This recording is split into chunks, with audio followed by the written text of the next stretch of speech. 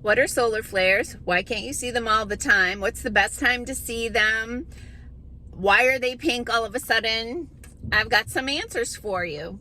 But first, hey, I'm Dr. Patty Barch. I'm a traditional naturopath, founder and owner of Naturally Unbridled Wellness and naturallyunbridled.com, where we focus on wellness solutions, not disease management. This is Down the Ridge with Dr. Patty, where I give you 7 to 10 minutes of holistic life and wellness information on my way to work.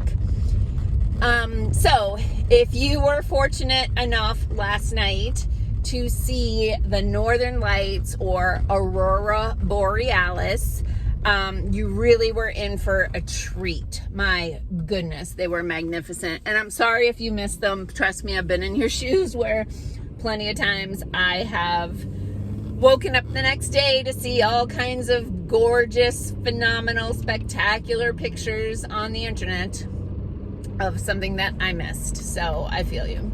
But anyway, I got a bunch of questions when I posted my pictures last night. Whoops, hold on. I'm still figuring out my car. There we go.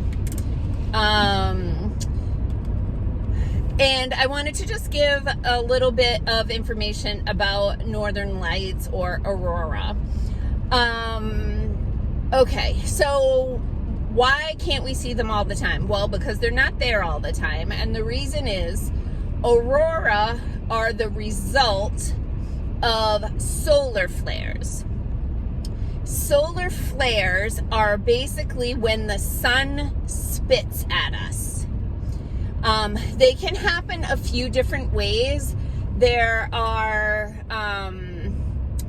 sunspots that have specific energy qualities to them, and they can be kind of positively charged or negatively charged. And when you get complexity in the sunspots, they interact, the crows, they interact and you get poof, right? A little bit of a baking soda meets vinegar response, okay? Positive and negatively charged areas, and they spit off what's called a coronal mass ejection, or from a solar flare. So a solar flare is just the spark. And sometimes there's a spark, but it's contained within the corona of the sun. And then sometimes there's something called a coronal mass ejection, when energy from the sun, think of it like if you're looking at a fire and sparks or a chunk of fire goes like up in the air. It can be like that. There's also something called a filament eruption, which there's these like ropey like structures of energy fire that can be ejected from the sun. Also a coronal mass ejection. So coronal mass ejection is just energy that has been ejected from the sun's field. So the sun is gigantic. So if you think about the sun as the size of your head, the earth is like the size of a freckle. So when there is a coronal mass ejection, it of course can go in any direction based on where the solar flare was. So sometimes it'll go straight off the top, off the back, off to the side, down to the corner, and it doesn't hit the earth. So every time we have a solar flare doesn't mean we're going to have aurora. It has to be earth facing. Then the question is, sometimes people ask like, well, what's the best time to see it? Well, sometimes they hit during the day where you're at and you can't see them because of all the light from the sun. So it doesn't mean they're not there. The energy is there, and we'll get alerts that there's a geomagnetic storm in progress, but you can't see it because it's daylight where you are. They have a hard time predicting when they're going to hit because they can't really tell with precision how forcibly the coronal mass ejection left the sun. So it could, typically they get here within 2 to 3 days, but that, sometimes they are powerfully ejected, they get here quicker. There's been times where they catch up to the one in front of them and then they join fields and it's stronger at that point. So when someone says, what's the best time to see them?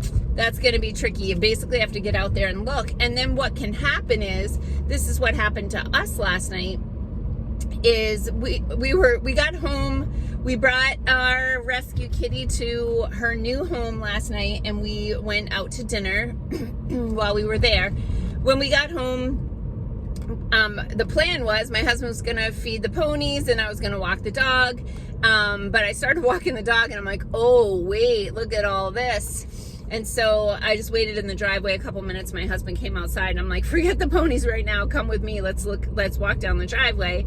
And we walked down the driveway and it kept getting better and better and better, to the point that we just laid down in the grass with the dog. And then Cheeks, one of our cats, came over and he was sitting on me while we were just laying there watching Aurora for, I don't know, half an hour or so. And I'm texting the neighbors like, go outside, go outside. So anyway, that was fun.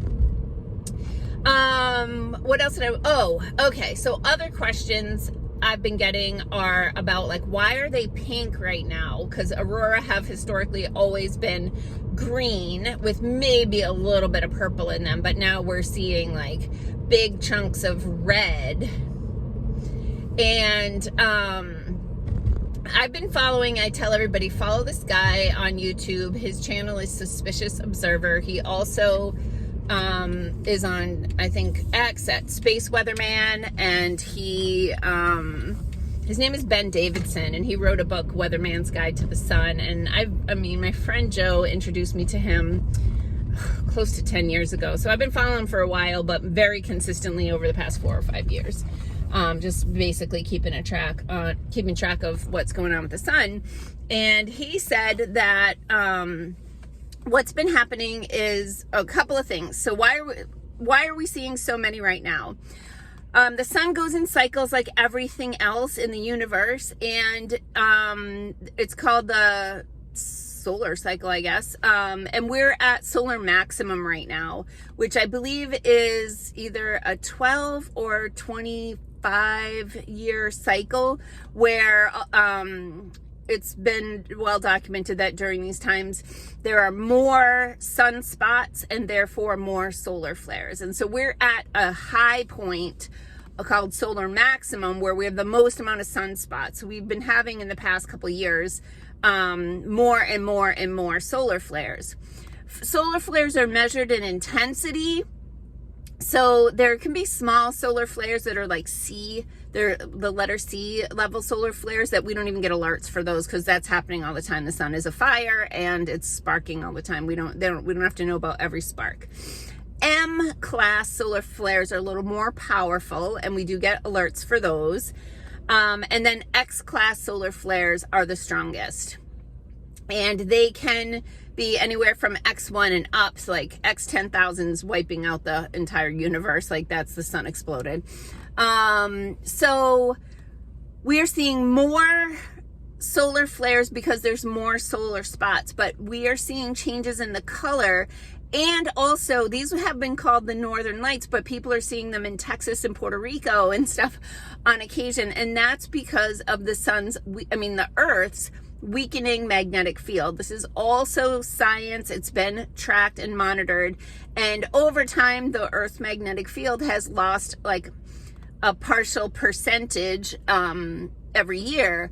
But in the past few years, it's been losing its strength at orders of magnitude. So it is in a downward spiral. So the magnetic field that protects the Earth is being weakened so that we don't have that protective barrier from the solar flares that used to just protect us from being exposed to that radiation that's coming off the sun. You would only see those at the polar regions, the North Pole Aurora, and then the South Pole Aurora has a different name. I can't remember. Somebody will type it in the chat.